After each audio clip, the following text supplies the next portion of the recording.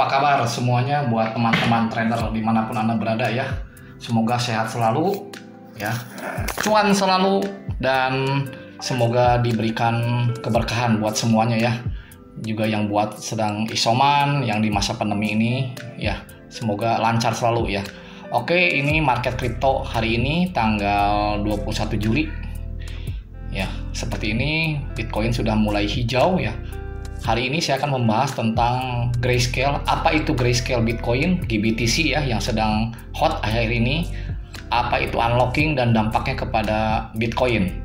Oke, sebelum lanjut, nanti Anda bisa ikut ya di sini, nanti ikut Telegram ya, Telegram gratis. Nanti linknya semua ada di deskripsi di video ini. Anda bisa ikut grup Telegram gratis. Nanti di sini ada info-info signal, info-info news ya, seperti itu semua.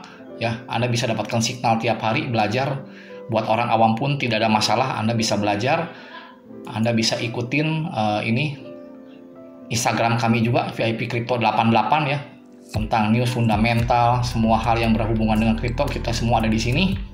Ya, ataupun Anda bisa ikutin signal-signal yang ada di YouTube kami ya, maupun tentang news ya. Nanti di deskripsi akan ada seperti ini. Anda tinggal klik aja, ada Telegram channel signal gratis, ada grupnya ya, IG-nya semua ada lengkap di sini ya. Nanti Anda juga bisa belajar semua video-video yang ada di YouTube kami ya, di Akui The Turtle. Oke, tidak berlama-lama lagi, saya akan lanjutkan apa itu grayscale ya, yang sedang rame nih ya sekarang katanya grayscale. Nah, jadi kalau Anda paham ya, itu kemarin kebanyakan banyak sekali informasi yang saya kira cukup menyesatkan ya. Nggak ngerti grayscale apa, tapi dihubungkannya dengan Bitcoin akan turun, Bitcoin akan hancur. Ya, yang bikin turun ya Anda juga gitu. Yang tidak paham apa itu grayscale. Grayscale itu adalah suatu perusahaan ya, di mana sebuah institusi atau corporate bisa membeli saham Bitcoin. Nah, pertanyaannya kenapa harus di grayscale gitu? Kenapa nggak langsung di market gitu? Ya, kalau di market, perusahaan itu belinya dengan jumlah besar. Kesatu, pajak lebih besar pasti ya, karena semua corporate institusi itu harus terlapor di SEC ya. Oke. Nah, sedangkan mereka tidak mau kena pajak besar kan. Kedua, tingkat keamanannya ya, karena artinya mereka takut lah kalau beli cuman ribuan Bitcoin atau ratusan dalam suatu exchange, itu takutnya kena hack atau kena apa ya, dan hal-hal lainnya. Nah, makanya muncullah grayscale ini. Grayscale ini adalah mewadahi beberapa perusahaan atau institusi yang mau membeli Bitcoin ya dalam berupa saham. Jadi di sini ada invest. Nah, ini di sini banyak nih grayscale-nya, ada Bitcoin Trust, ada Ethereum, ada apa, banyak sekali. Cuman yang memang paling besar adalah Bitcoin Trust. Jadi kalau disingkat tuh GBTC ya. Jadi perusahaan grayscale ini dia mempunyai 3% dari total kapital supply Bitcoin ya. Jadi sebenarnya ini sudah sering terjadi, karena setiap 6 bulan itu kan di unlock ya dengan annual fee 2%, dan memang minimal beli juga nggak sembarangan, hanya harus besar, minimal 50.000 USDT ya, nggak kecil gitu. Nah, apa hubungannya? Kenapa harus beli grayscale ya? Kesatu, pajak lebih murah. Ya, pajak lebih murah. Ya, di sini juga nanti saya liatin di sini ya. Pajak lebih murah. Kedua, bisa diwariskan. Ketiga, lebih aman. Ya, di sini tuh ada ya. Annual fee-nya 2% juga. Jadi, setiap 6 bulan sekali itu grayscale itu nge-unlock. Artinya, saham itu dikembalikan lagi kepada para pemegang saham. Akankah mau dijual lagi atau tidak? Nah, yang jadi pertanyaan sekarang banyak sekali member-member yang kemakan informasi bahwa wah ini akan turun atau gimana-gimana. Nah, sebenarnya nggak jelas juga. Artinya mereka tidak paham grayscale itu tidak ada hubungan dengan Bitcoin, karena yang mereka jual itu saham. Ya, mereka jual kembali saham itu ke grayscale. Grayscale akan membeli lagi saham mereka. Nah, yang jadi pertanyaan, kalau Anda punya saham waktu beli di bulan Januari tinggi, mungkinkah pada saat unlocking Anda jual? Logikanya mungkin enggak. Walaupun di unlock, tapi mereka tidak akan jual dulu, tunggu naik ya. Nah, pertanyaannya kenapa kemarin Bitcoin sampai jatuh ya? Nah, istilahnya ya saya gambarin di sini lah ya, di sini ya. Bitcoin tuh terus tuh dari bulan 6 ya, sudah mendekati unlocking, itu sudah mulai banyak sekali food news yang bilang wah ini Bitcoin akan jatuh segala. Memang ini terbukti seperti ini grafiknya ya, seperti ini ya, membentuk pola seperti ini. Tapi setelah saya telaah, ini memang tidak ada hubungan, tetapi karena memang diteruskan terus-terusan oleh komunitas atau memang mereka yang pengen murah, ya terjadilah seperti begini gitu. Karena saya juga melihat banyak sekali ya informasi ya, di sini juga Anda bisa lihat ya, Grayscale itu didirikan oleh Barry Silbert 2013, pendiri CEO digital currency ya. Mereka tuh menyimpan banyak di perusahaan populer seperti Coinbase. Nah, ini di sini Anda bisa baca ya. Nah, mengapa harus GBTC? Nah, tadi yang saya bilang, satu, keamanan terjamin ya, seperti ini. Keamanan terjamin ya. Kedua, ya mereka juga istilahnya bisa menyimpan dalam bentuk mirip dengan saham. Nah, seperti ini gitu. Ya. Dan artinya mereka itu terlapor ke SEC secara pajak dan bursanya sudah jelas gitu. Ya, dan keuntungannya ada. Ya. Artinya kalaupun mereka menjual kembali ke Grayscale sanggup membeli semua tanpa harus menjual Bitcoin yang sudah ada mereka beli. Malah intinya mereka akan membuka kontrak lagi baru untuk Grayscale lanjutan dari mulai Juli sampai kalau tambah 6 bulan kurang lebih di Februari. Ya, seperti itu. Jadi sebenarnya di sini juga ada syarat-syaratnya untuk investasi minimum ya. 50.000 USDT, jadi nggak sembarangan. Nah, kepercayaan kripto sekarang skala abu-abu. Nah, itulah sebabnya kenapa ya yang saya bilang gitu, nggak jelas mereka tuh hanya dengar wah GBTC unlock, hati-hati Bitcoin akan turun. Ya, kejadian jadi beneran turun kalau Anda makan pelan info itu dengan mentah gitu, tanpa tahu dulu. Makanya saya informasikan Grayscale ini tidak ada hubungan dengan Bitcoin karena yang mereka jual itu saham. Nah, ya. Dan logikanya Grayscale pun tidak akan bodoh menjual semua stok Bitcoinnya yang dulu dia pernah beli untuk dijadiin saham. Mereka akan tunggu lagi dan bahkan kalau perlu mereka akan beli lagi sekian persen untuk stok yang akan dijual bertahap mungkin di akhir tahun ya. Nah, ini juga banyak sekali informasi-informasi yang seperti ini tuh. Ini merah tuh unlock. Unlock pun ini naik turun sedikit naik lagi. Yang merah itu unlock ya. Ya, ini no unlock yang hijau. Hijau no unlock, naik lagi biasa. Ini turun lagi sedikit dan ternyata memang tidak terlalu signifikan gitu turunnya juga. Nah, dan di sini juga memang di koin investasi juga banyak tuh ya. Menyatakan bahwa pembukaan GBTC, nah ini sebenarnya tidak ada hubungan dengan BTC akibat tidak ada penjualan BTC sama sekali. Jadi nggak ada. Ya, ini banyak sekali Anda bisa cari juga ya di Like Davis ya, Twitter mereka ya. Nah, ini tekanan jual terjadi itu karena FUD dari Cina ya, yang diusir oleh pemerintah ya. Dan saya juga baca di sini juga memang pergerakan antara Bitcoin price sama Grayscale-nya nggak terlalu jauh gitu. Tetap aja naik gitu. Cuman ya memang istilahnya itu yang ngebikin FUD ya. Dan memang terjadi juga di di market Indonesia, di Indodax ya. Nah, ini saya rangkum sedikit ya biar paham ya. Biar ngerti ya.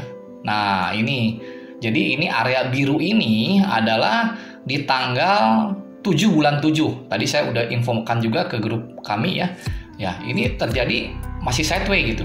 Di antara harga 475 sampai 504. Ya, semakin mendekati Grayscale BTC ini sempat turun sampai ke harga 463, naik lagi. Ya, saya udah bikin ini resisten yang akan dicapai ya. Kalau memang altcoin naik tuh harus dia minimal di atas 515 juta rupiah ya. Turun lagi, naik lagi sampai 478. Nah, ini 15 mendekati GBTC tanggal 18 Juli sempat turun. Nah, di sini dari tanggal 15 sampai tanggal 19 ini tidak terjadi dump atau terjun besar oleh Bitcoin walaupun ada unlocking GBTC di tanggal 18. Nah, tanggal 18 di sini ini tidak ada apa-apa. Ya cuman karena mungkin pengaruh informasi yang menyesatkan ya. Tanggal 20, 21 katanya ada GBTC unlocking lagi, bener turun dari kemarin tanggal 20 jam 7 pagi ya sampai mentok di harga 431 dan sideway. Ini area biru. Jadi area biru ini yang sideway, ini sideway juga di tanggal 15 sampai 19. Yang ini sideway antara tanggal 7 sampai 12, 5 hari. Di sini juga 5 harian. Nah, turun. Nah, di sini tanggal 20 ya. Ini sideway lagi. Ya. Dan saya sudah bilang bahwa ini resisten yang harus ditembus untuk Bitcoin stabil adalah di R1 di 452. Kalau ini lanjut bisa ke 462 juta, baru lanjut lagi ke resisten yang ketiga 466, lanjut lagi ke 479. Dan memang saya udah bikin juga di sini support di 429. Kenapa di 429? Karena kalau saya lihat di sini support terbawah yang pernah dicapai di bulan 6 tanggal 22. Nah, kalau yang terakhir, ini yang terakhir saya bikin di support di bulan Juni. Bulan Juni dan bulan Februari juga. Bulan Juni yang ini 4, yang ini ya. Yang di harga 432, yang 402 itu di bulan Februari. Saya bikin di 4 TF 4 jamnya ya. Nah, ini di sini. Nah, di sini. Di bulan Januari tanggal 3. Ini support terendah di 402. Nah, jangan sampai ke sini ya. Oke. Dan memang begitu tadi setelah saya informasikan, jangan terpengaruh oleh GBTC, jangan terpengaruh oleh food yang nggak jelas ya. Terbukti tadi naik lagi dari jam 9 tanggal 21 hari Rabu bullish ya sampai ke 451. Nah, sini hijau ya, saya kasih lihat hijau di sini ya. Oke, saya kasih lihat. Nah, hijau, nah, jelas nih. Sini hijau ya. Ya, harusnya tetap naik terus ini. Karena kalau saya lihat juga dari sini ya, dari apa? Nah, ini saya kasih lihat ya di sini ya.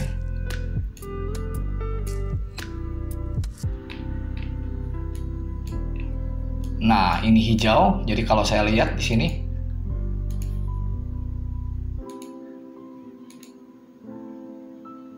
nah ini ya, mulai ada kenaikan ya dari harga 29.400 sampai hari ini naik lagi ke 30.780 USDT ya. Jadi saya harapkan memang kalau memang mau naik ya, amannya si Bitcoin ini harus menyentuh harga di area ini di sini. Nah, inilah. Jadi kalau kurang lebih sekitar 33.427.000 USDT. Tapi kalau untuk bertahap mungkin kita bisa ambil daerah sini dulu lah. Nah, dari sini satu ya, 31.900, baru nanti lanjut lagi mungkin ke daerah yang sini 32, atau keluar dari sini dari garis batas. Garis batas di sini lah ya, garis batas ya. Garis batas di sini kurang lebih, nah sinilah 33.300 ya. Nah, kalau memang ini bisa ya, mungkin ini bisa naik lagi, walaupun nanti mungkin di sini nanti ada koreksi lagi dikit lah ya, koreksi dikit, tapi tidak akan banyak. Jadi itu aja mungkin informasi yang saya dapat berikan. Jadi tidak usah khawatir, kalau ada kesempatan sebaiknya Anda serok saat ini ya, mumpung masih murah. Karena kalau saya lihat di sini juga apa? Nah, di sini juga marketnya juga udah mulai hijau semua ya. Nah, mulai hijau semua tuh. Ya, market Indodax juga udah mulai hijau. Jadi saran saya, selama Anda pegang spot coin tidak usah khawatir ya. Karena yang namanya market itu selalu ada aja naik turun ya, naik turun ya. Kadang naik turun, sideway, naik turun. Artinya Anda tidak usah terlalu panik kalau mendengar sesuatu informasi yang membuat Anda panik. Karena justru kalau misalnya Anda panik, Anda akan cut loss, udah pasti rugi. Tapi kalau Anda hold, ada dua kemungkinan. Bisa naik, bisa turun. Tapi lebih mending dibanding Anda cut loss. Karena yang sudah-sudah, ya jangan sampai nanti altcoin naik bulan Oktober, bulan November, nanti Anda akan bilang, waduh nyesel saya nggak beli dulu. Ya sekarang Anda nikmatin dulu prosesnya, kuat nggak? Karena orang-orang yang pemain long term, dia harus bisa kondisinya seperti begini gitu. Nah, kuat nggak gitu? Pada saat mungkin dia beli di sini, ya, Dia beli di sini. Nah, dia beli di sini, tiba-tiba turun, kuat nggak? Nanti dia bisa jual lagi nanti di sini.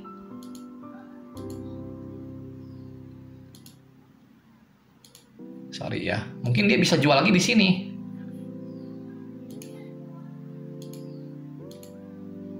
Nah, di sini. Tapi kan kalau orang yang tidak mengalami proses, waduh enak ya. Nah, kuat nggak pada saat terjunnya di sini? Berhari-hari, berminggu-minggu, bahkan berbulan-bulan gitu. Ya, jadi untuk pemain-pemain long term itu Anda harus kuat. Istilahnya ya prosesnya gitu. Kalau prosesnya nggak kuat ya susah. Ya. Jadi kalau misalnya saya lihat di sini ya, memang tuh naik turunnya juga tinggi sekali gitu. Anda kuat nggak beli di sini, jual di sini, tapi mengalami proses dump dulu. Nah, saya harapkan di sini juga memang terjadi proses seperti ini. Karena setiap dia naik di BB20, di resisten, dia ke bawah lagi. Setiap dia menyentuh support di BB20, dia naik lagi. Walaupun di sini nggak kena, hanya kena sekali, 2 kali, nah di sini naik lagi. Dan saya harapkan di sini juga udah mulai kena ya. Sudah mulai kena ya. Ini saya kasih lihat buktinya di sini. Udah mulai kena. Nah,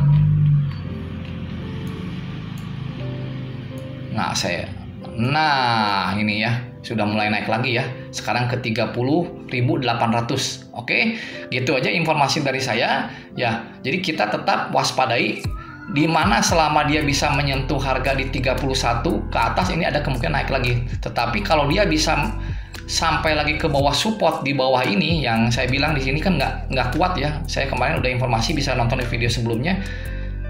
Di sekitar 29 pun nggak tembus, hanya 29.179. Nah, yang paling bahaya itu kalau dia bisa menembus di 28.000. Jadi tolong dibantu disebarkan ya informasi ini kepada teman-teman Anda yang tidak tahu grayscale itu apa, yang tidak tahu GBTC apa, coba diedukasi.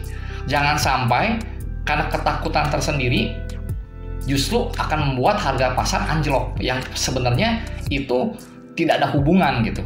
Ya, oke. Begitu aja buat teman-teman informasi kami tentang seputar grayscale dan hubungannya dengan Bitcoin. Tetap semangat, tetap fokus dan belajar. Oke, terima kasih. Sampai jumpa di video selanjutnya. Bye-bye.